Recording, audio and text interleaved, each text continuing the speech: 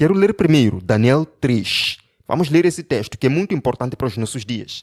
Daniel capítulo 3, versos 2 a 3. Então o rei Nabucodonosor mandou ajuntar os sátrapas, os prefeitos, os governadores, os juízes, os tesoureiros, os magistrados, os conselheiros e todos os oficiais das províncias, para que viessem à consagração da imagem que o rei Nabucodonosor tinha levantado.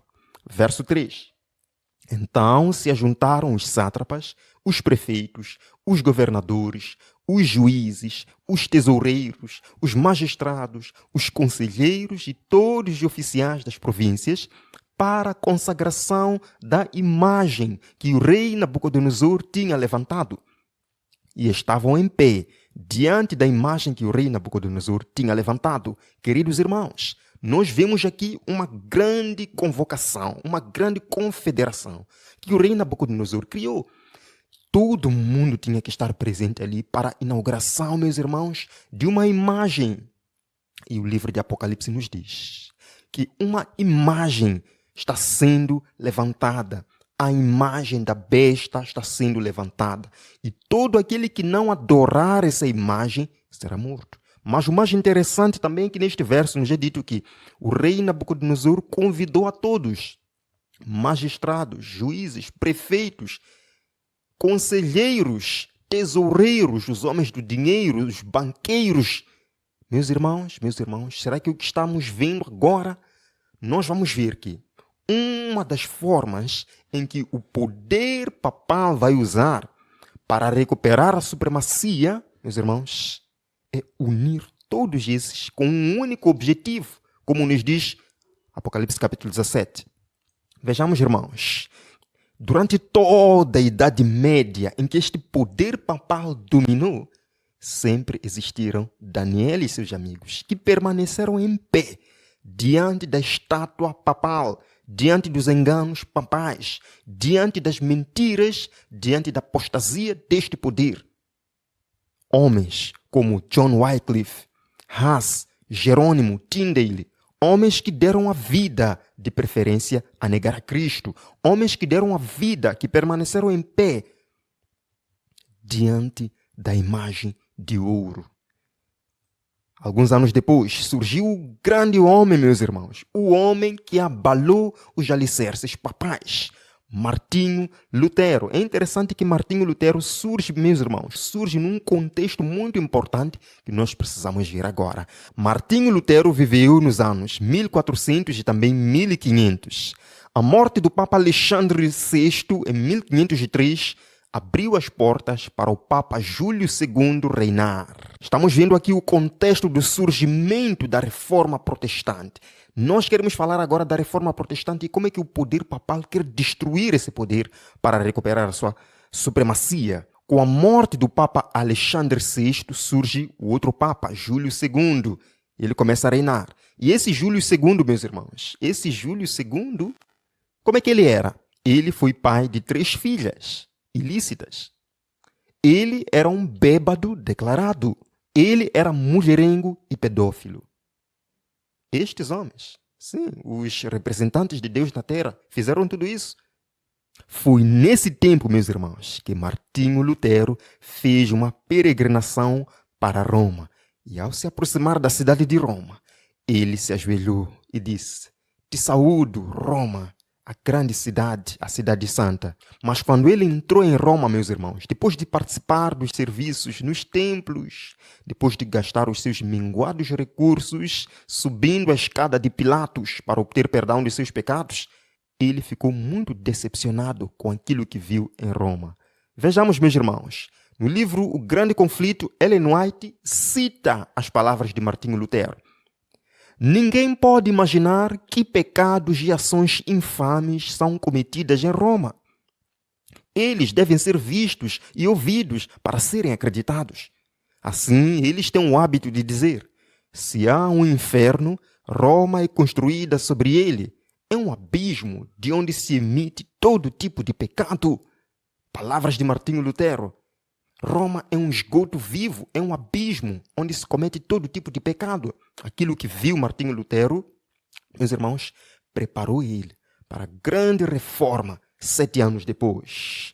Alguns anos depois, meus irmãos, surge o Papa Leão X. Foi no tempo desse Papa Leão X que o poder papal foi abalado de uma forma poderosa. Ele estudou astrologia na Universidade de Roma.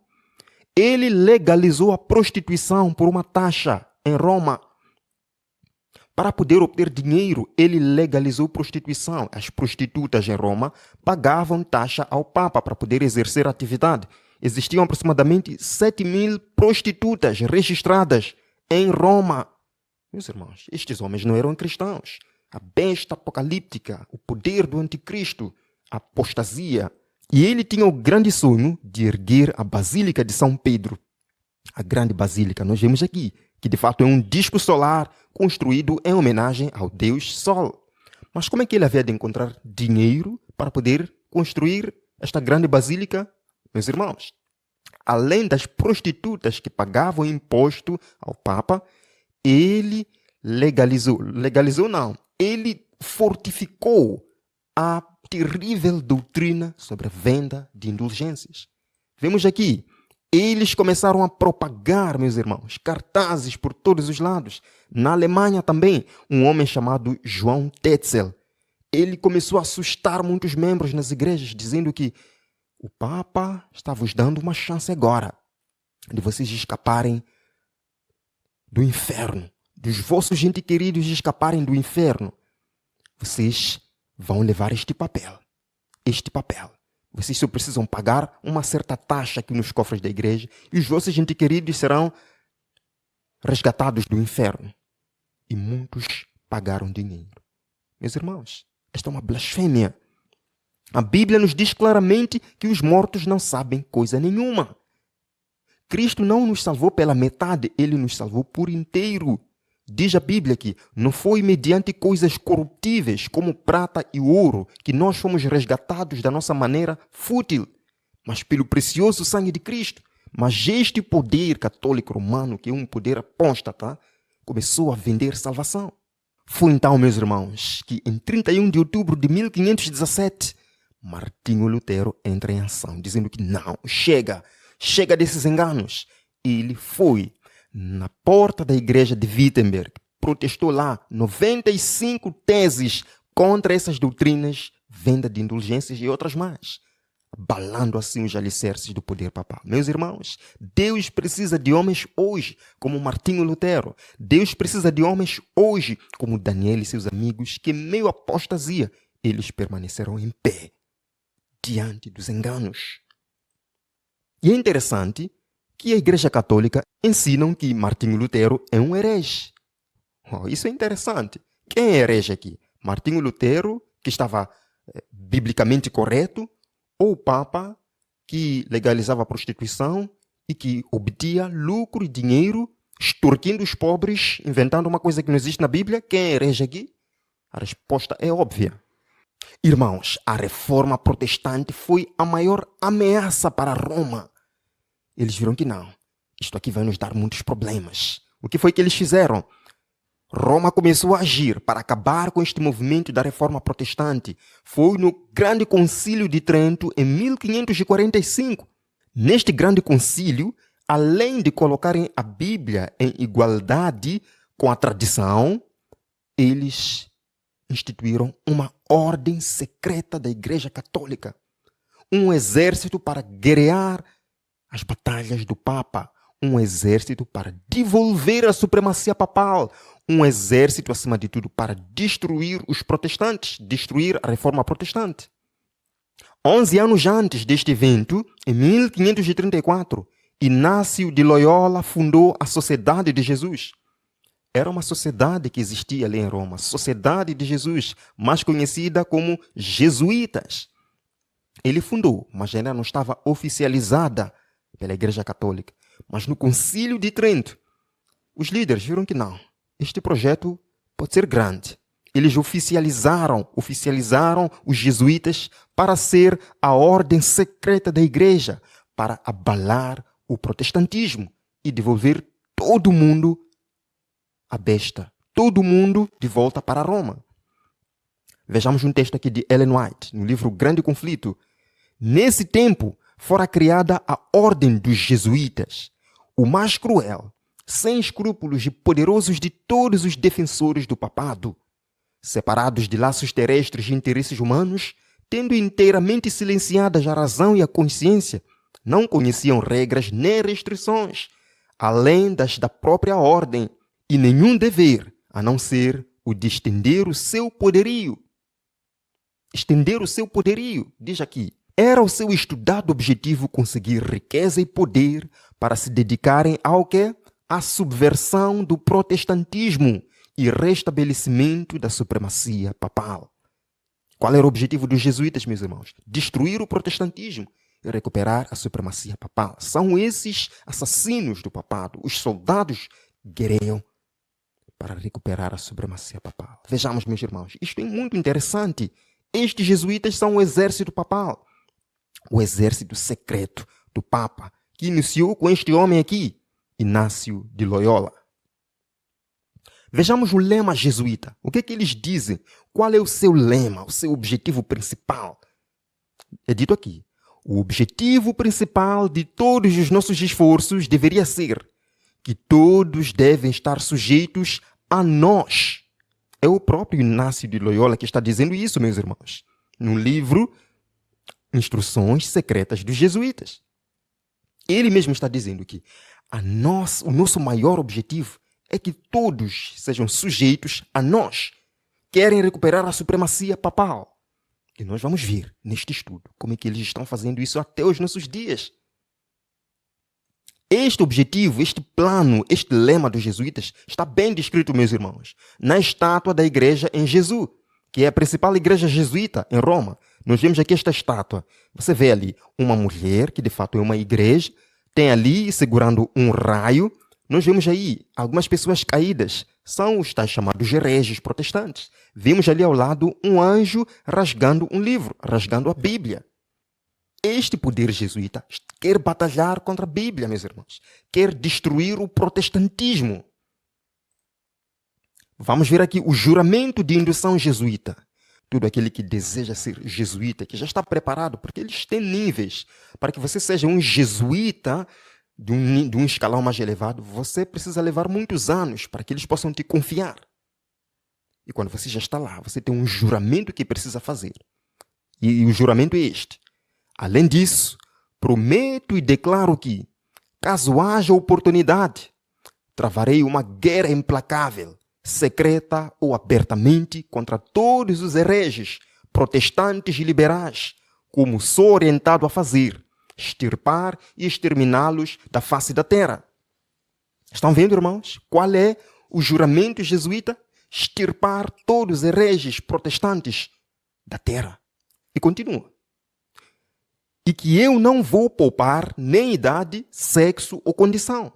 E que eu vou pendurar, despedaçar, ferver, esfolar, estrangular e enterrar vivos esses hereges infames. Rasgar os estômagos e úteros de suas mulheres e esmagar a cabeça de seus bebês contra as paredes, a fim de aniquilar para sempre sua raça execrável. E continua.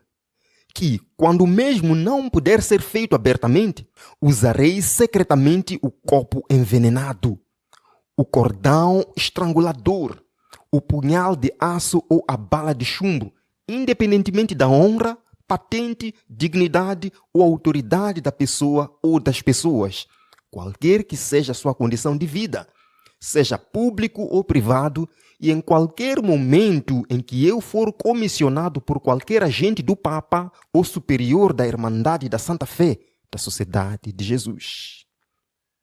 O que você acha disso? São cristãos esses? Não são cristãos. Este é o poder apóstata, o poder descrito em Apocalipse, a besta do mar, que quer recuperar a sua supremacia. Eles estão nos dizendo aqui. E é interessante que eles negam esse juramento, dizem que não, isso foi uma invenção dos historiadores. Mas a única prova que nós temos de que isso não é uma invenção é que eles agiram ao longo do tempo de acordo com este juramento. Veremos isso. O que isso nos diz, meus irmãos? Você pode estar pensando, mas o que os jesuítas têm a ver conosco hoje? Meus irmãos, hoje existem mais de 20.000 padres jesuítas no mundo, sem contar com organizações de fachada.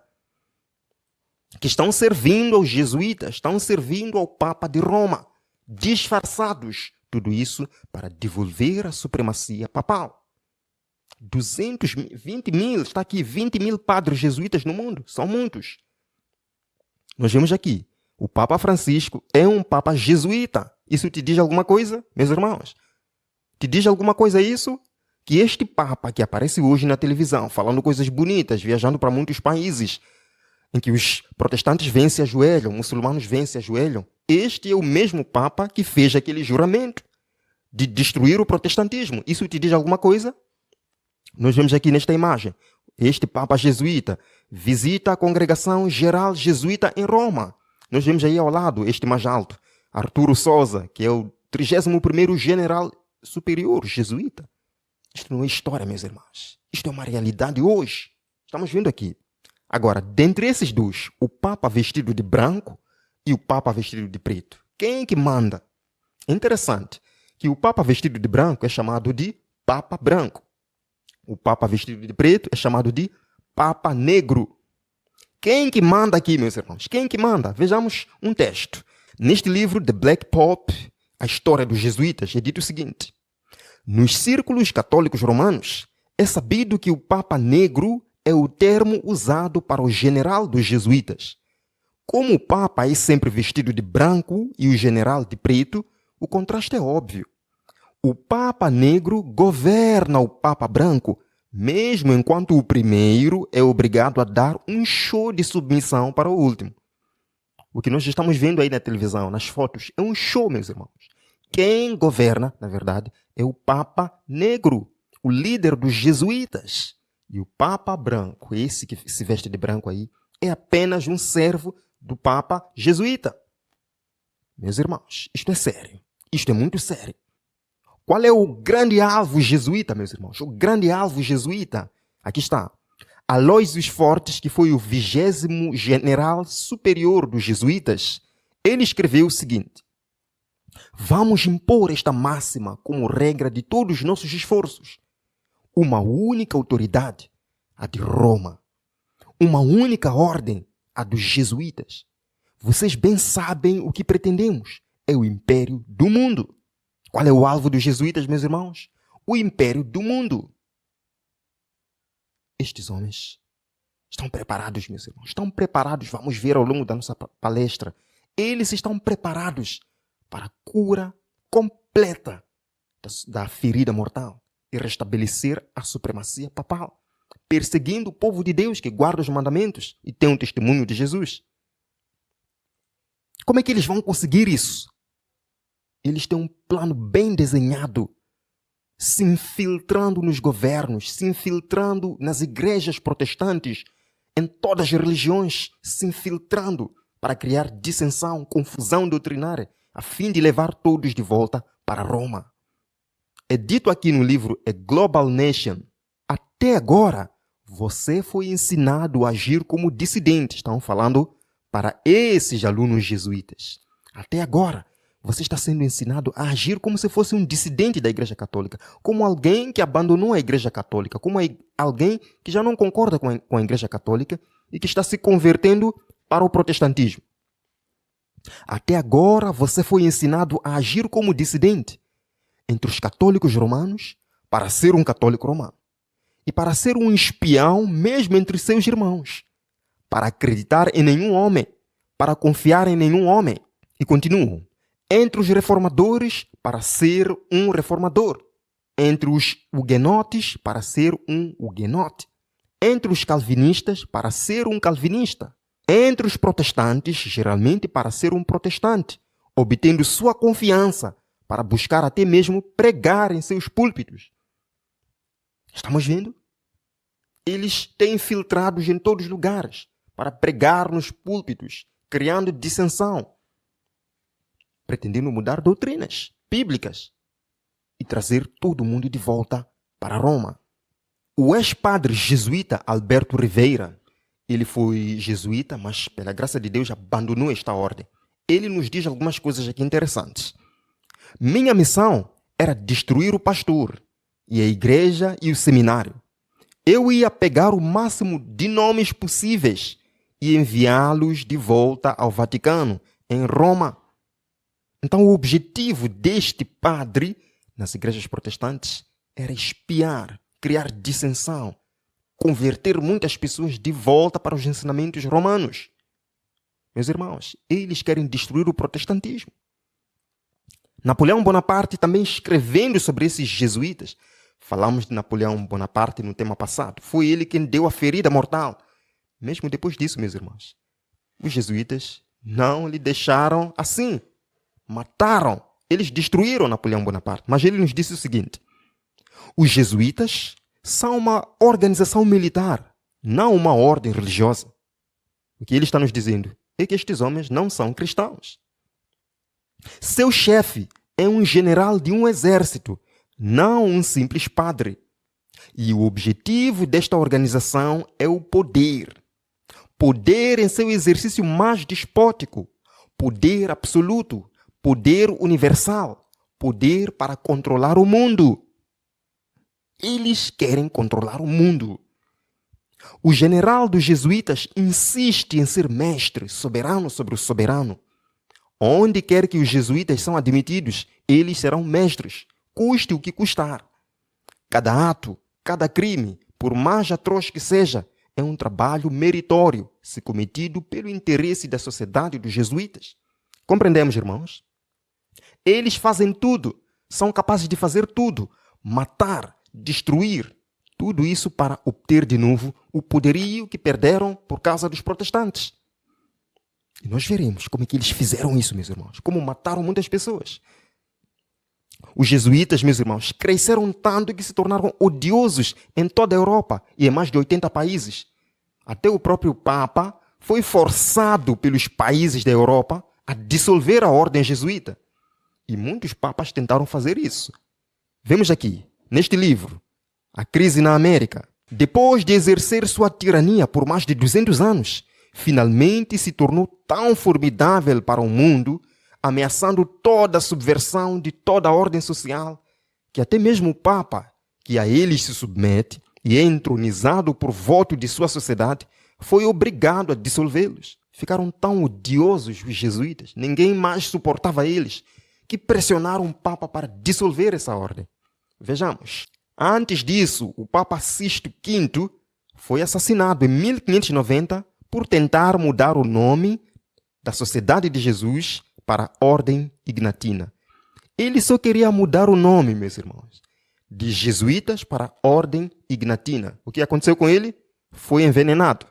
Não foi fácil dissolver esta ordem. O Papa Clemente XIII tentou fazer isso por pressão dos líderes políticos da Europa. Neste livro, A História Secreta dos Jesuítas, é dito: as nações católicas da Europa exigiram que o Papa Clemente XIII dissolvesse a ordem jesuíta. O pontífice marcou uma reunião para realizar essa dissolução. Na noite anterior à reunião para dissolver a ordem jesuíta, o Papa XIII morreu misteriosamente.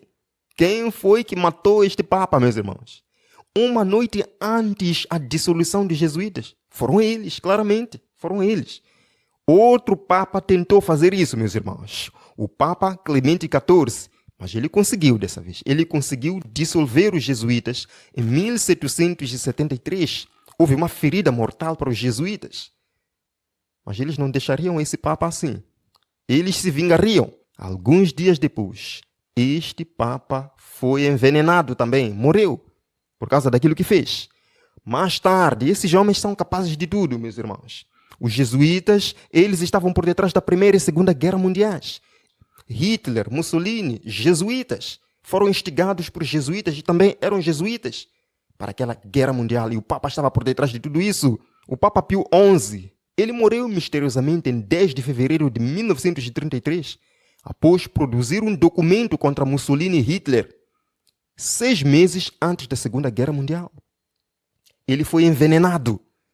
E 2 dias antes de dar um comunicado a toda a Europa, informando a Europa quem que estava por detrás de tudo aquilo, ele foi envenenado. Ele pediu para os médicos: deixe-me viver pelo menos mais 48 horas para que eu possa alertar o mundo. E ele morreu. Como resultado disso, 6 meses depois, começou a Segunda Guerra Mundial. Quem estava por detrás disso? Jesuítas. Eles fazem de tudo. O Papa João Paulo I, ele planeava demitir o general jesuíta, o padre Arrupe. Em 33 dias, esse Papa foi envenenado. Morreu. Ele queria demitir o general jesuíta. Morreu, meus irmãos. Foi envenenado. O Papa João Paulo II, ele preparava uma conferência para a renúncia forçada do general jesuíta Pedro Arrupe também. Queriam demitir esse homem. O que aconteceu com o Papa João Paulo II? 3 semanas depois daquela reunião, em maio de 1981, João Paulo II foi atingido por 2 balas de pistola semiautomática. Quem estava por detrás disso? Aquele que queria demitir. Jesuíta. Os jesuítas. Eles são capazes de tudo. E você pode perguntar, se os jesuítas estão servindo a Roma, como é que eles destroem os papas, podem matar papas? Porque eles colocam os papas. E todo papa que não se submete a eles afastam do caminho. Percebe? O papa dobra o seu joelho diante desse papa negro. Ele é quem domina. Irmãos, este poder jesuíta teve uma ferida mortal. Em que ano? 1773, quando o Papa Clemente XIV dissolveu essa ordem. E quando o Papa Clemente dissolveu a ordem, ele, quando estava aí assinando, ele dizia para as pessoas que o assistiam: estou assinando a minha própria sentença de morte. Foi assassinado ele. Mas os jesuítas também tiveram a cura da ferida mortal. Isto aconteceu no ano de 1814. Houve cura. Voltaram a dominar estes homens. Nós vemos aqui uma geração de generais superiores. Homens terríveis, meus irmãos. E quando houve aquela cura da ferida mortal dos jesuítas de 1814, os líderes mundiais políticos não gostaram nada disso. Por exemplo, Thomas Jefferson, lá na América, ele escreveu o seguinte: não gosto da ressurreição dos jesuítas. Não teremos enxames deles aqui em tantos disfarces quanto um rei de ciganos pode assumir? E ele diz: se alguma vez houve um corpo de homens que mereceu condenação eterna na terra e no inferno, é a sociedade de Loyola. Está falando dos jesuítas. Ele diz: não gosto nada da ressurreição desses jesuítas, porque eles vão se infiltrar aqui na América, vão criar dissensão e vão levar a América de volta para os princípios papais. É isso que a Bíblia nos diz em Apocalipse 13, que a segunda besta vai levar toda a terra a adorar a primeira besta que recebeu a ferida mortal e que foi curada. Os jesuítas, meus irmãos, voltaram com novas estratégias. Eles viram que não. Antes nós trabalhávamos de forma muito aberta. Por isso que as pessoas descobriam que éramos nós que tramávamos as coisas. Por isso, o Papa Clemente nos dissolveu. Agora nós precisamos arranjar outra estratégia. Vamos nos esconder. Eles começaram a criar sociedades secretas que, na verdade, desde que houve a ferida mortal em 1773, eles criaram logo. Sempre existiram. Mas agora eles começaram a criar outras em todo o mundo para que as pessoas não descobrissem quem que está por detrás daquilo que está acontecendo. Meus irmãos, isto é muito sério. Eles foram à clandestinidade, passaram a trabalhar escondidos, meus irmãos. Veja aqui esta imagem, eu coloquei aqui de propósito. Quero explicar algo. O que é isto? É um polvo. O polvo tem uma só cabeça com muitos braços. Todos estes braços estão trabalhando para uma única cabeça. Assim foi a estratégia dos jesuítas depois da cura da sua ferida mortal. Eles começaram a criar muitas sociedades secretas, que na verdade estão trabalhando para um único Senhor, para o Papa de Roma, para o Papa Negro, para os jesuítas. Vejamos, meus irmãos, vejamos. Eles usaram este homem, Adam Weishaupt, em 1776, 3 anos após a ferida mortal, meus irmãos. 3 anos depois, eles usaram este homem para fundar os Illuminati. O que aconteceu, meus irmãos? Este homem, Adam Weishaupt, que era um professor de direito canônico na Universidade de Baviera, na Alemanha, ele fingiu que estava saindo da ordem dos jesuítas, que estava abandonando os jesuítas e foi formar o Illuminati, para que as pessoas pensassem que não foram os jesuítas quem fundaram o Illuminati. Mas tudo isso era um jogo. Tudo isso era um teatro, meus irmãos. Ele continuava jesuítas. Então, quem fundou o Illuminati foram os jesuítas, que é uma sociedade secreta para trazer de volta a supremacia papal no mundo. E você vê que o símbolo do Illuminati, que é o olho que tudo vê, que na verdade é um símbolo pagão que sempre existiu lá no Egito, Babilônia, em vários reinos, este olho que tudo vê aparece também nas igrejas jesuítas, você vê ali. É o mesmo sistema, meus irmãos. O Illuminati e o jesuíta é a mesma coisa, com nomes diferentes. Tudo isso só para atrapalhar a mente das pessoas. E dos jesuítas, muitas sociedades secretas surgiram. Vemos aqui. Jesuítas fundaram o Illuminati. Do Illuminati surgiram várias outras que estão trabalhando todas para os jesuítas, para Roma, a fim de devolver a supremacia papal. Várias sociedades, por exemplo, os Cavaleiros Templários. Os Cavaleiros Templários foram um grupo de cavaleiros que ajudou a Igreja de Roma a destruir os muçulmanos nas grandes cruzadas do século XII, quando os muçulmanos controlaram Jerusalém. Os peregrinos católicos não podiam ir mais a Jerusalém por causa dos muçulmanos que haviam tomado Jerusalém. Então, estes cavaleiros templários, eles ajudaram a Igreja Católica a se livrar desses muçulmanos. Como resultado disso, a Igreja Católica deu para eles muitas riquezas, terras. Eles se tornaram tão poderosos que não obedeciam a ninguém mais, senão ao Papa. Eles se tornaram grandes banqueiros e introduziram um grande sistema de cartão de crédito, que é o sistema que nós usamos hoje, né? Esse sistema que usamos hoje de cartão de crédito foi inspirado nos Cavaleiros Templários. Mas agora, algum tempo depois, os muçulmanos voltaram a invadir, voltaram a tomar Jerusalém. E a Igreja de Roma viu que não. Esses cavaleiros templários estão tramando contra nós. E eles estão devolvendo de novo os muçulmanos para nós enviarmos de novo a eles, darmos mais dinheiro a eles. O que aconteceu? Começaram a matar muitos dos cavaleiros templários. Começaram a matar muitos, meus irmãos. Nós vemos aqui, muitos foram queimados, muitos foram degolados. Vemos aí a morte do general superior da Ordem dos Cavaleiros Templários, Jacques de Molay. Ele foi queimado também. E muitos acabaram também fugindo. Eles fugiram para onde? Eles fugiram para a Escócia, sob a proteção do rei Eduardo II. Por que eles foram para a Escócia? Porque a Escócia, nesse tempo, estava sob interdito, estava sob excomunhão do Papa. Então eles viram ali o único lugar que poderiam se refugiar na Europa.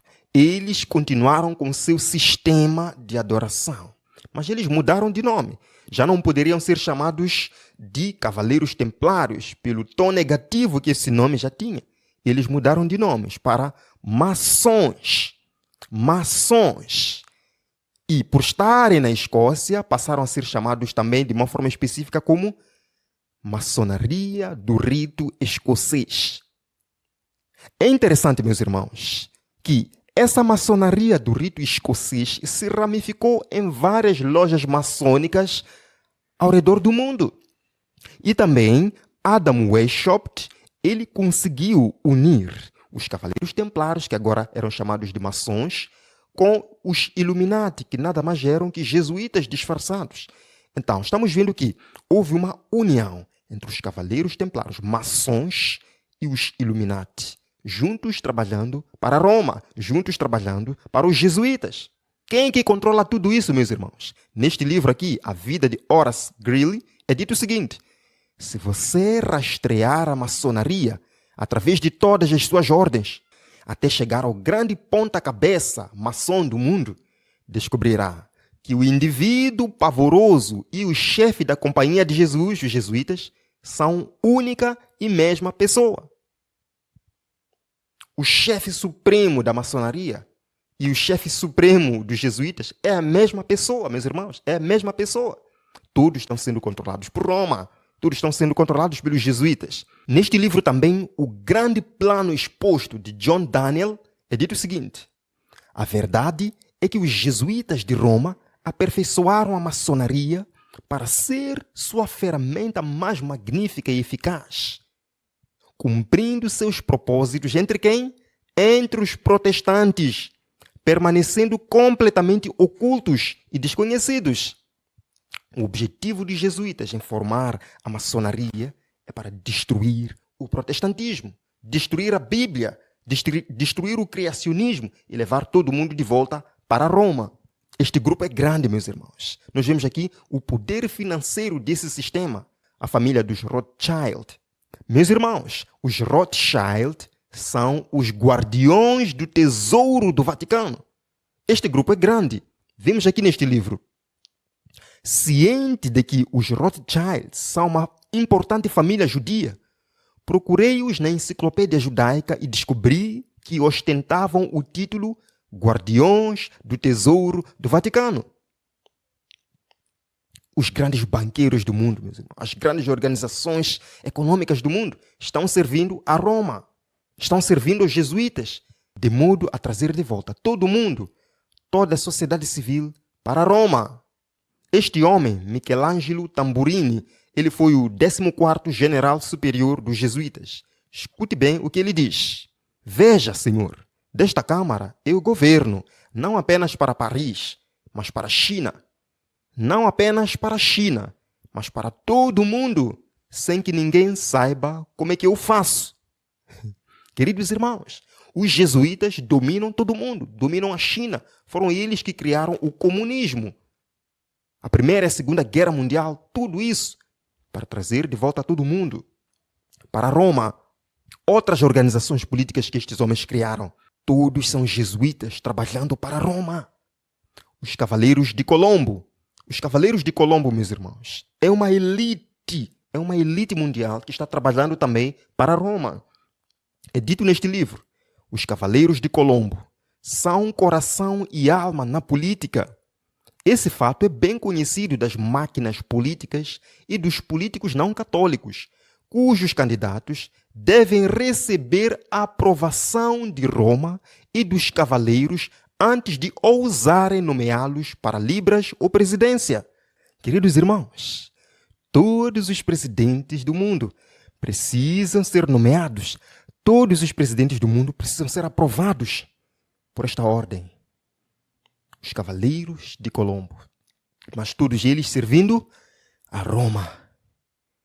Irmãos, isto é muito sério. Por que é que todos os presidentes, depois de eleitos, vão para Roma ter com o Papa? Vão agradecer, vão buscar orientação.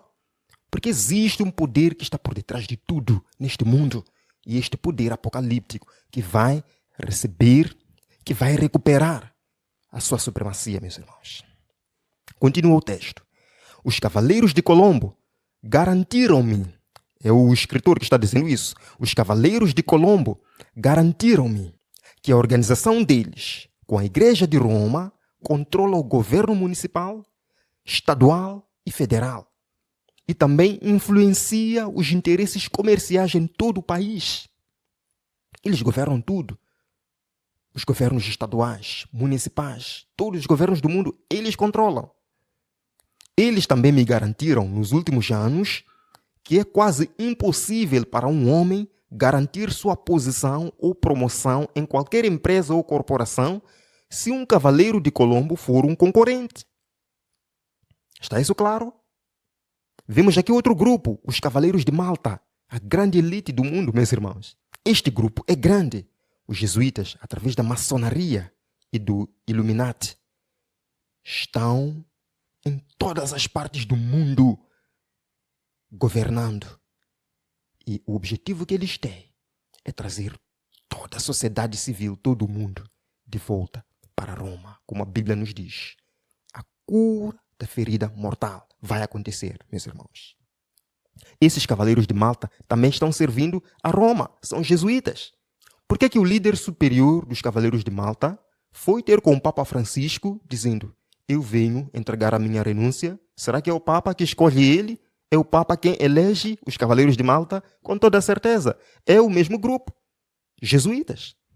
E esses Cavaleiros de Malta, eles controlam negócios, bancos, política, controlam a CIA, falaremos da CIA daqui a pouco. Eles controlam a religião, eles que estão por detrás desse processo todo de ecumenismo, eles estão por detrás de tudo isso.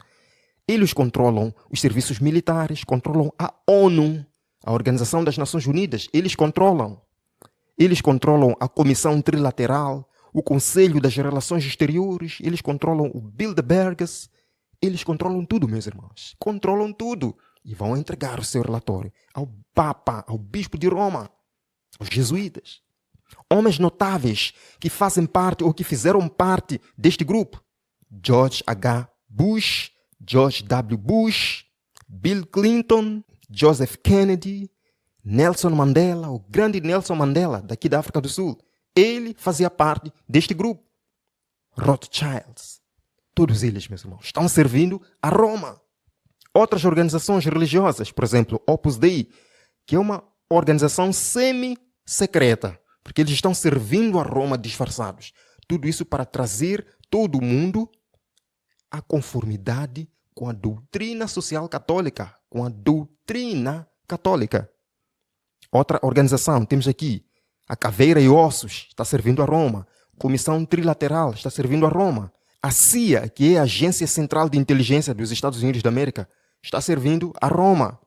É dito aqui neste livro, alguns diretores mais influentes da CIA eram católicos romanos.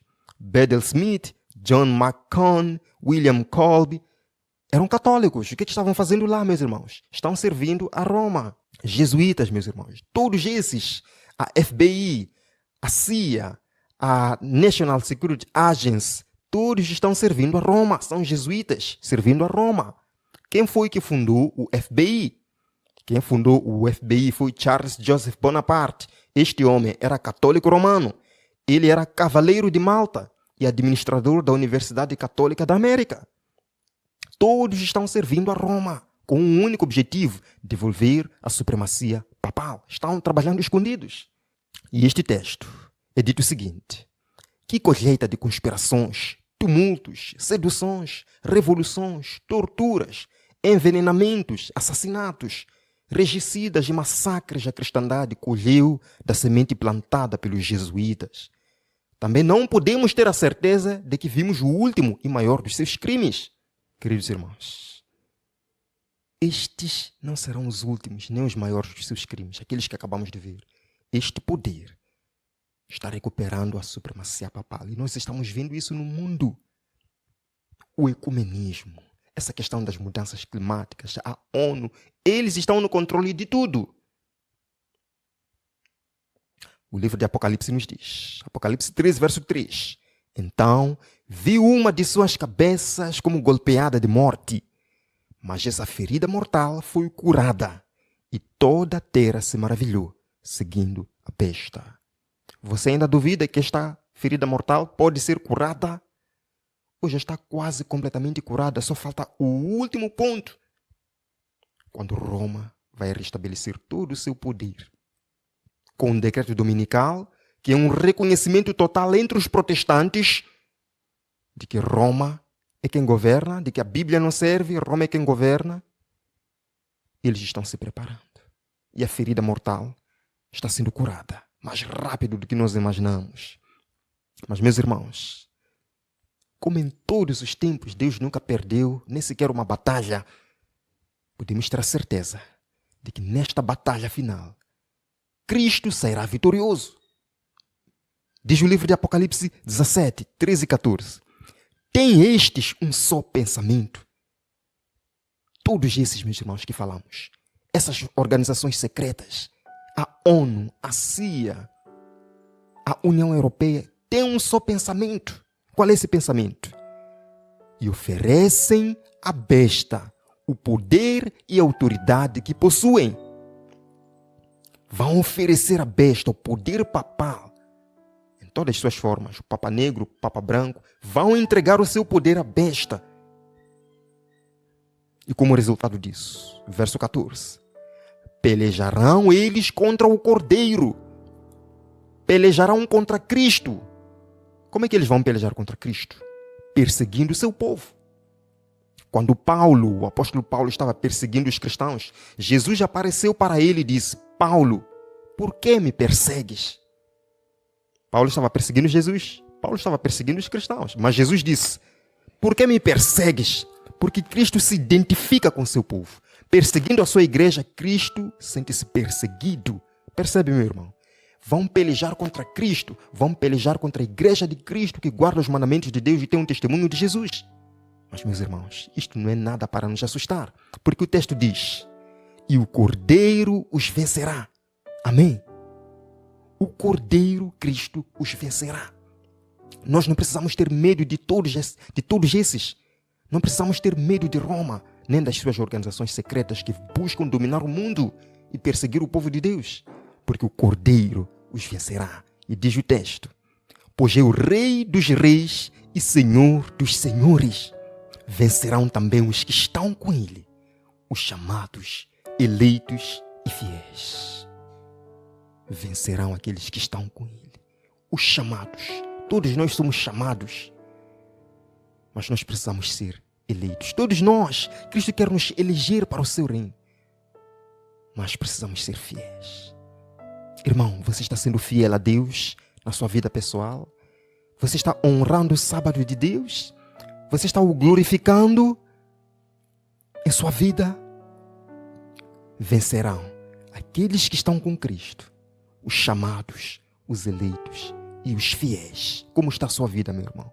Você está sendo fiel a Cristo? Se essa ameaça toda fosse promulgada hoje, você seria fiel como Daniel? Você seria fiel como Martinho Lutero? Você seria fiel como John Huss? Como milhares de cristãos que deram a vida ao longo do tempo? Aqueles que são fiéis vencerão com Cristo. Meus irmãos, Deus é o grande vencedor desta batalha. E nós não precisamos temer os homens, porque nós estamos do lado de Cristo. E diz o livro de Romanos 8, se Deus é por nós, quem será contra nós? Aquele que não poupou o seu próprio filho, antes por nós o entregou, não nos dará com ele todas as coisas? Quem tentará acusação contra os eleitos de Deus? É Deus quem os justifica. Quem os condenará? É Cristo Jesus que morreu, ou antes quem ressuscitou, o qual está à direita de Deus e também intercede por nós. Esse é o Rei dos Reis, Senhor dos Senhores, que você precisa ter no coração, meu irmão, porque Ele é vitorioso.